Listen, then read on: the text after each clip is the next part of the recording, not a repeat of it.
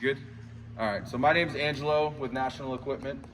So we supplied the basketball hoops, divider curtain, wall pads, bleachers, and scoreboards. But I'm gonna be doing training on the basketball hoops, the divider curtain, and the bleachers, and Dan will do the training on the scoreboards for us. You got a question? Yeah, the audio, is that you guys No, too? audio is somebody else. Okay. So that'll be a different training. So what we'll do here is, as you can see, you do have a bunch of key switches here. Each hoop is set up the same exact way. It's a forward fold, front folding unit. Forward fold, front braced unit. So every single unit you see in here folds forward, and it has that small brace in the front of it. Every single unit in here as well has an electric height adjuster on it, which allows you, like you saw, to raise the hoop anywhere between 8 feet and 10 feet. Maxing out at 10 and then coming down to 8 feet as well. So what we'll do is, you guys saw already, just turn the key switch, it goes one way, turn the key switch, it goes the other way.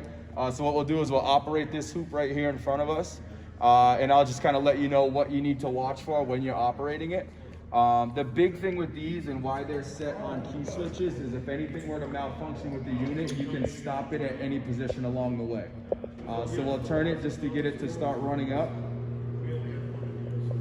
And what you'll do is you'll just watch for it and make sure the cable is retracting. These units aren't that big, so it's not going to go too far. But just make sure the cable is retracting. The brace is bending properly and not bent in a different direction or not going in the opposite direction. And then what we call the safety strap is that black thing that looks like a seatbelt. You just want to make sure that's retracting and then it's coming out when the unit is coming down. So if anything were to malfunction on this unit at any point in time and the unit were to break loose, that safety strap stops it from free falling to the ground is pretty much what it does. So it'll save a kid underneath it, it'll save your floor, different things like that. So when the unit is all the way up, which it is right now, it'll stop completely for you without you having to stop the unit. So when it gets to the top, even if you're still holding the key switch, like I'm holding the key switch still to the left right now, and the motor's completely cut off. So it has a limit at the top and a limit on the bottom, so you don't have to worry about stopping it in either direction. So what we'll do is we'll run it back down. And the same thing when it comes all the way down is it's gonna cut off completely by itself, so you don't have to worry about stopping it. And then the same thing when it comes down, you wanna watch the same three things. The cable, make sure it's coming down properly. The safe strap, make sure that's coming out properly. And then the brace, and just make sure that's folding back into the lock position. When the unit does come down, you do want to make sure the brace does lock. If you see it get to its furthest point, it does lock out. That does help the unit. So say someone were to hang on the rim, that brace locks the unit in place so it's not swinging like a pendulum. So if that brace isn't completely locked out, the unit does have the ability to swing. So what we'll do next is we'll run the height adjuster that's on it. And as I mentioned, it allows it to go between anywhere 8 feet to 10 feet and anywhere in between. And as I showed you, there is the label on the side of it that does show you the height. If you're looking for a particular height, it makes it a little bit easier if you have someone over there spying it for you so you can see kind of what height it's at without guessing. If you just want to bring it down for the younger kids, you can bring it all the way down to 8 feet and it'll just run down by itself. So these height adjusters do have limit switches on them as well, so it will stop at 8 feet or anywhere in between. If I let the key go, it'll stop right where it's at. If I wanted to bring it halfway down and then I change my mind and want to go back up, I can go back up without a problem. It doesn't need to run all the way down at any point. So the big thing with the height adjusters is when they're in the complete down position, you want to try to avoid kids from dunking on it. I know some people are going to see them down and that's what they're going to want to do right away. It can take a little bit of a shock, but once someone starts hanging on the rim and shaking the rim and stuff like that, if you look at the height adjuster, when it's in the up position, it kind of sits on top of itself. But then when it's in the down position, it's kind of becoming more vulnerable as it gets further and further down, I guess you could say. So if anyone shakes it or rocks it or does anything like that, it could cause the height adjuster to come off track. So we just recommend that you don't have a ton of people dunking on it when it's down. And also, before you put the hoop up, if you had the height adjuster down all the way, you want to make sure that you run the height adjuster all the way back up before you run the hoop up. You don't want to run the hoop up with the height adjuster down because of the same situation where you want the hoop like this, not like this when it's in the up position is how it works. So that's it down all the way, and then we'll just run it back up.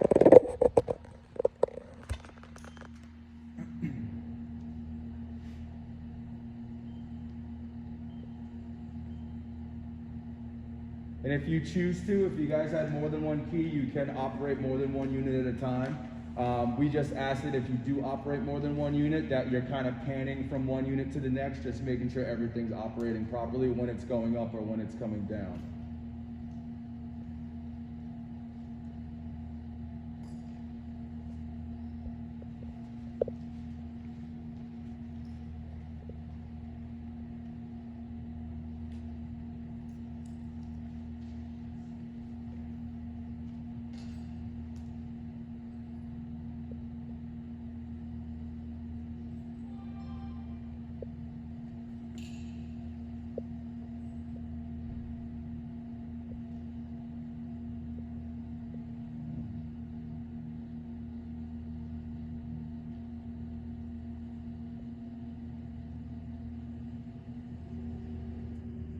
And that's it in the up position. So what we'll do is we'll take these keys and we'll go over to, I don't know if there's keys in the divider curtain. I think there is. Is there? Oh, I'll just take these just in case. So we'll go over to that real quick and just do a quick run through.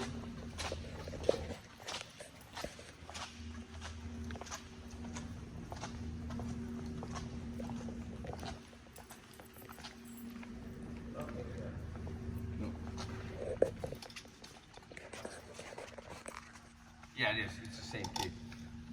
That key works and everything. All right, so this operates the same exact way that the key switches do for the basketball hoops. So you turn it one way, it goes up. You turn it the other way, it goes down. You let it go, it stays in its position. So what we'll do is we'll just start to run it down for you. It does have an alarm on it, so it does indicate when it's coming down. It just kind of warns people to get out of the way, just so they don't get hit in the head or anything like that.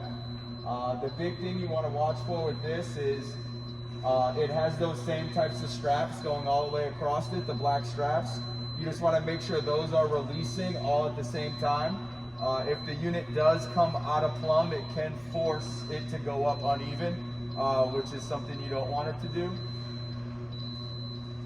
So what you do is you have the top portion, the bottom portion of this, we'll run it all the way down, but the bottom portion of this will be about 8 to 10 feet of solid vinyl, which it looks like it's red, so you won't be able to see through it at all. And then when you get up to the top portion of it, it's going to be all this mesh here, which is kind of see-through. But unless you're 8 or 10 feet tall, you won't be able to see over top of it unless you back up to the other side of the gym. So it does look like the bleachers. I'm not sure how far they open up to, but one thing you want to make sure of is it looks like that the bleachers need to be closed for this curtain to come down. So you don't want the bleachers open and then you run this down and it makes the curtain uneven and then it's going to misalign the curtain on you.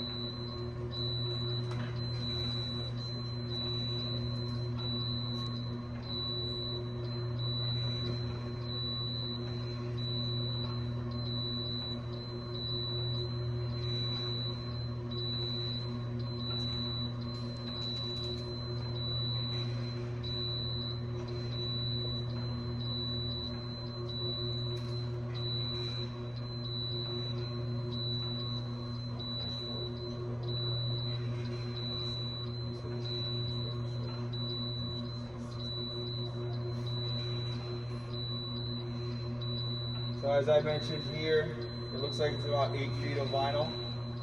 So that vinyl portion will now run all the way down to the floor. It just kind of makes a privacy screen, I guess you could say, if you had 2 separate classes or if the gym was being used for something on the opposite side. It just makes it so you can't see through.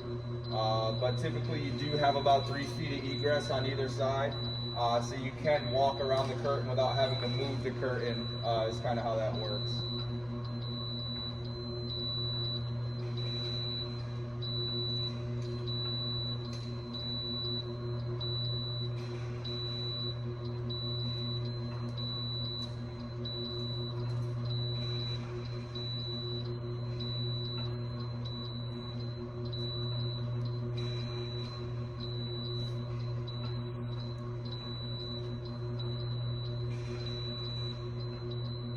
So if you did see, just like with the basketball hoops, if something were to malfunction with the unit, you can let the key go at any point in time.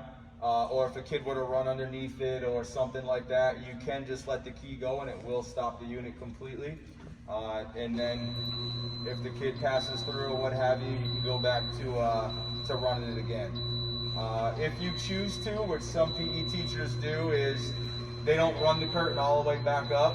Sometimes they'll run it kind of halfway up, and that'll allow kids to pass beneath it if they're not using it, and then they can run it back down to the floor. It does not need to come all the way down every single time. It can come halfway down. That's not a problem at all.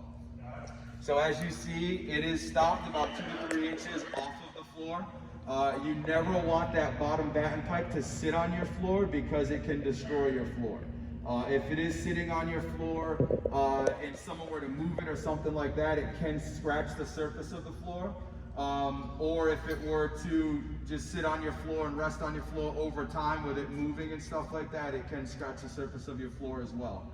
So if you ever see the curtain touching the floor, I'll give you guys a couple of my cards and you guys can give me a call and I can send someone out to take a look at it to make sure there's nothing really wrong with it. This metal strip that's along the bottom here, that's something to check just every once in a while. I'm sure you guys don't do the maintenance on it, but if you guys do have a maintenance department that does work on stuff in the gym, something for them to take a look at is just this metal piece of stripping that runs along the bottom, because that does keep the fabric attached to the bottom batten pipe. So every once in a while, I probably just run through and make sure all the screws are nice and tight on it. Just because if it separates at any point in time, it can rip the fabric. And then one thing as well, I know it's kind of tough sometimes, is you just want to make sure no kids are standing on the bottom batten pipe while PE class is going on. I know if the curtain's down and you guys have PE over here, a kid might end up going around to the backside or something like that, so it makes it a little harder. But we just got to kind of try to watch for those things if we can. And also these straps as well, you don't want any kids hanging from the straps, because what it'll do is it'll loosen up the strap, and then when you go to raise the curtain, it'll raise with the left side faster than the right, or so on and so forth. So we'll run it back up.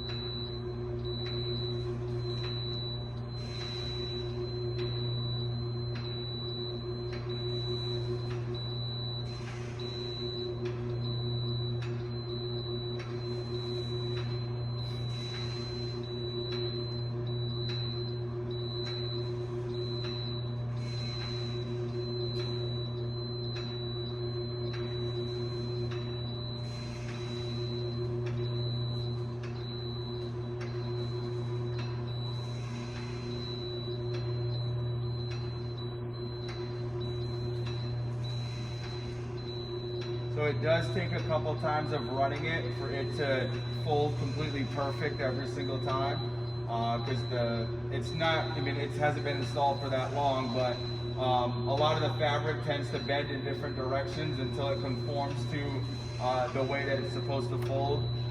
So you do see some wrinkles in it and stuff like that, but over time those do end up coming out.